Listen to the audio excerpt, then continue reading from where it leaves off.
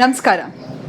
ಎಷ್ಟೋ ಸತಿ ನಾನು ನಿಮಗೆ ಸೆಲ್ಫ್ ಲವ್ ಮಹತ್ವ ಏನು, ಸೆಲ್ಫ್ ಲವ್ ಅಂದರೆ ಏನು, ಯಾಕೆ ಸೆಲ್ಫ್ ಲವ್ ಅನ್ನೋದು ನಮ್ಮ ಜೀವನದಲ್ಲಿ ತುಂಬಾ ಮುಖ್ಯ ಅನ್ನೋದ್ರ ಬಗ್ಗೆ ಎಷ್ಟೊಂದು ಟಾಪಿಕನ್ನು ಮಾತಾಡಿದ್ದೀನಿ. ಆದರೆ ನಿಜವಾದ ಸೆಲ್ಫ್ ಲವ್ ಅಂದರೆ ಏನು, ಸೆಲ್ಫ್ ಲವ್ ಅಂತ ಹೇಳಿದರೆ ನಮಗೆ ನಾವು ಚೆನ್ನಾಗಿ ನೋಡ್ಕೊಳ್ಳೋದ, ಮೇಕಪ್ ಮಾಡ್ಕೊಳ್ಳೋದ, ಇದು ಯಾವುದು ಸೆಲ್ಫ್ ಲವ್ ಅಲ್ಲ.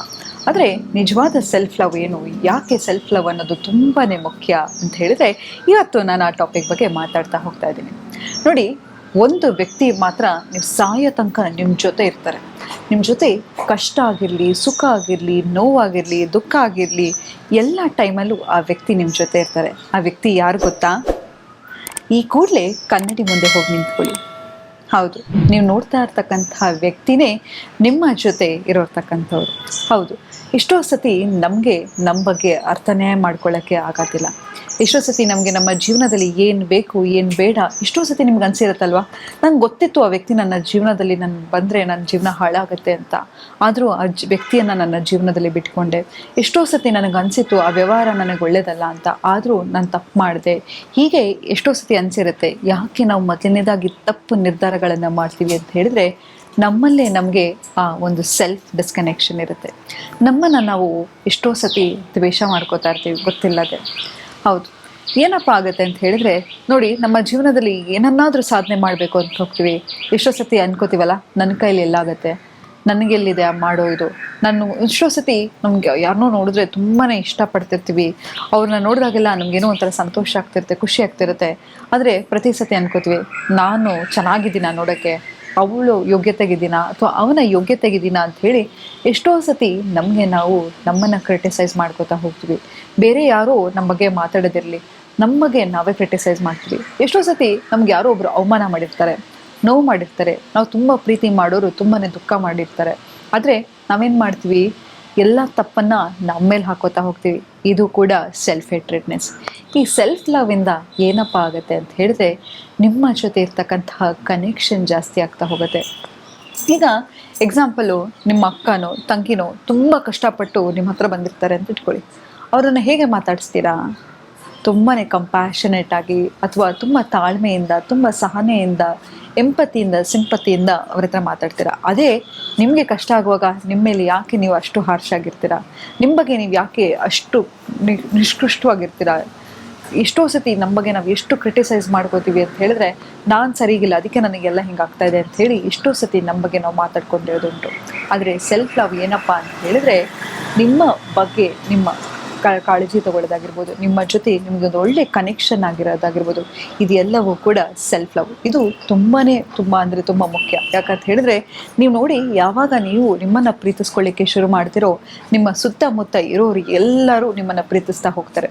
ಒಂದು ಸಣ್ಣ ಉದಾಹರಣೆ ಕೊಡ್ತೀನಿ. ಕಳೆದ ಸಂಚಿಕೆಯಲ್ಲೂ ಈ ಉದಾಹರಣೆ ಕೊಟ್ಟಿದ್ದೆ, ಆದರೆ ಇದು ತುಂಬ ಅಂದರೆ ತುಂಬಾ ಮುಖ್ಯ. ನೀವು ಯಾರ್ದೋ ಒಬ್ಬರು ಮನೆಗೆ ಹೋಗ್ತೀರಾ.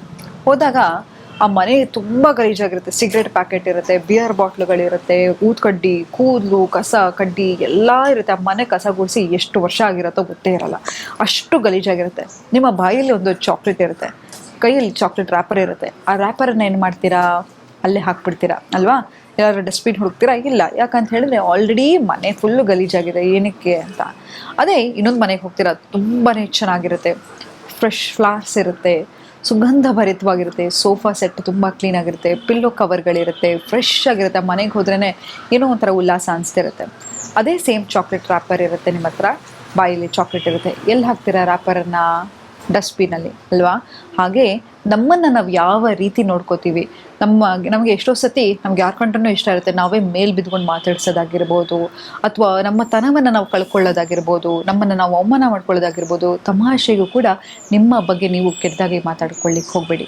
ಪ್ರತಿ ಸತಿ ನಿಮ್ಮ ದೇಹಕ್ಕೆ ಗೊತ್ತಾಗಲ್ಲ. ಇದೆಲ್ಲವೂ ಕೂಡ ಸೆಲ್ಫ್ ಹೇಟ್ರೆಡ್ನೆಸ್ ಆಗ್ತಾ ಇರುತ್ತೆ. ಸೆಲ್ಫ್ ಲವ್ ಅಂದರೆ ನಿಮ್ಮನ್ನು ನೀವು ಹೇಗೆ ನೋಡ್ಕೋತೀರಾ, ನಿಮ್ಮ ಬೌಂಡ್ರೀಸನ್ನು ಹೇಗೆ ಹಾಕ್ತಾ ಹೋಗ್ತೀರಾ, ಅದು ನಿಮ್ಮನ್ನು ತೋರಿಸ್ತಾ ಹೋಗುತ್ತೆ. ಎಷ್ಟೋ ಸತಿ ನಮಗೆ ಏನು ಬೇಕು ಅನ್ನೋದೇ ನಮಗೆ ಗೊತ್ತಿರಲ್ಲ. ನೋಡಿ, ನಿಮ್ಮನ್ನು ನೀವು ಒಂದು ಸಣ್ಣ ಮಗುವಿನ ರೀತಿ ಕಾಳಜಿ ಮಾಡೋದನ್ನು ಕಲ್ತ್ಕೊಳ್ಳಿ. ಒಳ್ಳೆ ಎಕ್ಸಸೈಸ್ ಮಾಡೋದಾಗಿರ್ಬೋದು, ಕೆಲವೊಮ್ಮೆ ನಿಮ್ಮನ್ನು ನೀವು ಟ್ರೀಟ್ ಮಾಡ್ಕೊಳ್ಳಿಕ್ಕೆ ಒಳ್ಳೆ ಸ್ಪಾಗೆ ಹೋಗೋದಾಗಿರಬಹುದು, ಅಥವಾ ಮೆಡಿಟೇಷನ್ ಮಾಡೋದಾಗಿರಬಹುದು, ನಿಮಗೆ ನೀವು ಫ್ಲಾರ್ಸ್ ತಗೊಳ್ಳೋದಾಗಿರ್ಬೋದು. ಯಾವಾಗ ನೀವು ಅದನ್ನೆಲ್ಲವನ್ನು ನಿಮಗೆ ನೀವು ಮಾಡ್ಕೋತಾ ಹೋಗ್ತೀರಾ, ನೀವು ಅಂತ ನಿಮ್ಮನ್ನು ಮರ್ಯಾದೆ ಕೊಡೋರು, ನಿಮ್ಮನ್ನು ರೆಸ್ಪೆಕ್ಟ್ ಮಾಡೋರು ಅಂದವರನ್ನೇ ಆಕರ್ಷಿಸ್ತಾ ಹೋಗ್ತೀರಾ. ಯಾವಾಗ ನೀವು ಕೀಳಾಗಿ ನಿಮ್ಮ ಬಗ್ಗೆ ಮಾತಾಡ್ಕೊಳ್ಳೋದಾಗಿರ್ಬೋದು, ನಿಷ್ಕೃಷ್ಟವಾಗಿರೋದಾಗಿರ್ಬೋದು, ಕ್ರಿಟಿಸೈಸ್ ಮಾಡೋದಾಗಿರ್ಬೋದು, ಇದೆಲ್ಲವನ್ನು ಮಾಡ್ತಾ ಹೋದರೆ ನೀವು ಮೀಟ್ ಮಾಡೋರು ಎಂಥವ್ರಾಗಿರ್ತಾರೆ ಅಂತ ಹೇಳಿದ್ರೆ ನಿಮ್ಮನ್ನು ಹಾಗೆ ನೋಡ್ಕೊಳ್ಳೋರು. ಯಾವತ್ತೂ ಈ ಎಕ್ಸಾಂಪಲನ್ನು ನೆನ್ಪಿಟ್ಕೊಳ್ಳಿ, ಒಂದು ಕ್ಲೀನಾಗಿರೋ ಮನೆ, ಒಂದು ಗಲೀಜಾಗಿರೋ ಮನೆ. ಸೊ ನೀವು ಹೇಗೆ ನಿಮ್ಮನ್ನು ನೀವು ನಿಮ್ಮ ಬಗ್ಗೆ ಭಾವಿಸ್ತಾ ಹೋಗ್ತಿರೋ, ಯದ್ಭಾವಂ ತದ್ಭವತಿ ಅಂತ ಹೇಳ್ತಾರೆ. ನಿಮ್ಮನ್ನು ನೀವು ಹೇಗೆ ನೋಡ್ಕೋತಾ ಹೋಗ್ತೀರಾ, ಆಚೆ ಜನ ಕೂಡ ನಿಮ್ಮನ್ನು ಹಾಗೆ ನೋಡ್ತಾ ಹೋಗ್ತಾರೆ. ಹಾಗಾಗಿ ನಿಮ್ಮ ಮೇಲೆ ನಿಮಗೆ ಎಂಪತಿ ಇರಲಿ. ಎಷ್ಟೋ ಸತಿ ಎಲ್ಲರಿಗೂ ಕಷ್ಟ ಅನ್ನೋದಿದ್ದೇ ಇರುತ್ತೆ ಅಲ್ವಾ? ಅಂಥ ಟೈಮಲ್ಲಿ ನಿಮ್ಮ ಒಳ್ಳೆ ಫ್ರೆಂಡ್ ಆಗಿರ್ಬೋದು, ಇಲ್ಲ ನಿಜವಾಗ್ಲೂ ಹೇಳ ನಿಮ್ಮ ಲೈಫಲ್ಲಿ ನೀವು ಬೆಸ್ಟ್ ಇನ್ವೆಸ್ಟ್ಮೆಂಟ್ ಮಾಡೋದು ಏನಪ್ಪ ಅಂತ ಹೇಳಿದ್ರೆ ಥೆರಪಿ. ಯಾರಾದರೂ ಒಂದು ಆಪ್ತ ಸಮಾಲೋಚಕರ ಹತ್ರ ಹೋಗೋದಾಗಿರ್ಬೋದು, ಕೌನ್ಸಿಲರ್ ಆಗಿರೋದು, ಒಂದು ಸೈಕಾಲಜಿಸ್ಟ್ ಹತ್ರ ಹೋಗಿರೋದಾಗಿರ್ಬೋದು, ನಿಮ್ಗೆ ಏನು ಅನ್ನಿಸ್ತಿದೆ ಅನ್ನೋದ್ರ ಬಗ್ಗೆ ಮಾತಾಡಿ. ಎಷ್ಟೋ ಸತಿ ನಮಗೆ ದೇಹಕ್ಕೆ ಹುಷಾರಾಗಿಲ್ಲ ಅಂತ ಹೇಳಿದ್ರೆ ನೀವು ಹೋಗ್ತೀರಾ ಡಾಕ್ಟರ್ ಹತ್ರ, ಮಾನಸಿಕ ಡಾಕ್ಟರ್ ಹತ್ರ ಹೋಗಬೇಕಾದ್ರೆ ಯಾಕೆ ಆ ತಳಮಳ, ಯಾಕೆ ಅಯ್ಯೋ ನನ್ನನ್ನು ಏನು ಅನ್ಕೊಂಡ್ಬಿಡ್ತಾರೋ, ನಾನು ಹುಚ್ಚ ಅನ್ಕೋತಾರೆ? ಖಂಡಿತವಾಗ್ಲೂ ಇಲ್ಲ. ನೀವು ನಂಬ್ತೀರಾ, ಪ್ರತಿ ತಿಂಗಳು ನಾನು ನನ್ನ ಥೆರಪಿಸ್ಟ್ ಹತ್ರ ಮೀಟ್ ಮಾಡೇ ಮಾಡ್ತೀನಿ.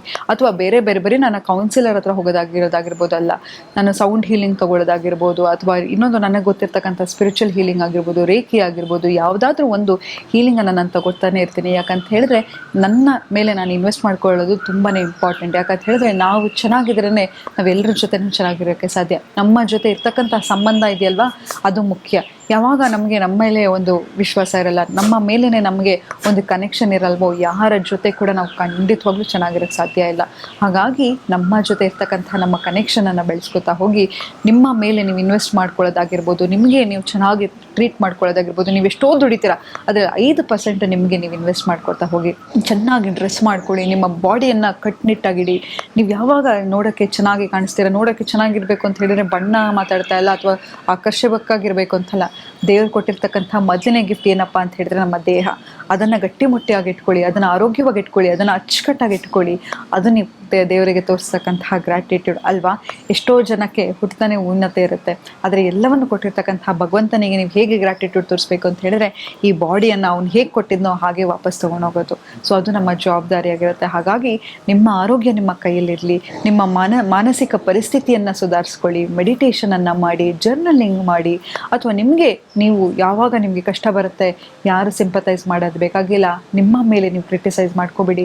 ನಿಮ್ಗೇನು ಭಾವನೆ ಇರುತ್ತೆ, ಏನಿರುತ್ತೋ ಅದನ್ನು ಜರ್ನಲಿಂಗ್ ಮಾಡ್ತಾ ಹೋಗಿ.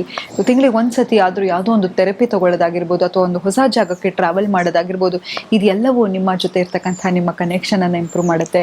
ವರ್ಷಕ್ಕೆ ಒಂದು ಸತಿ ಆದರೂ ಫ್ಯಾಮಿಲಿ ಜೊತೆಲ್ಲ ಹೋಗ್ತೀರಾ ಹೌದು, ಆದರೆ ಒಂದು ಸತಿ ಆದರೂ ಸೋಲೋ ಟ್ರಿಪ್ಪಿಗೆ ಹೋಗಿ ನಿಮ್ಮ ಜೊತೆ ಆ ಕನೆಕ್ಷನನ್ನು ಬೆಳೆಸ್ಕೊಳ್ಳಿ ಅಂತ ಹೇಳ್ತಾ ಇವತ್ತಿನ ಸಂಚಿಕೆಯನ್ನು ಮುಕ್ತಾಯಗೊಳಿಸ್ತಿದ್ದೀನಿ. ಧನ್ಯವಾದಗಳು.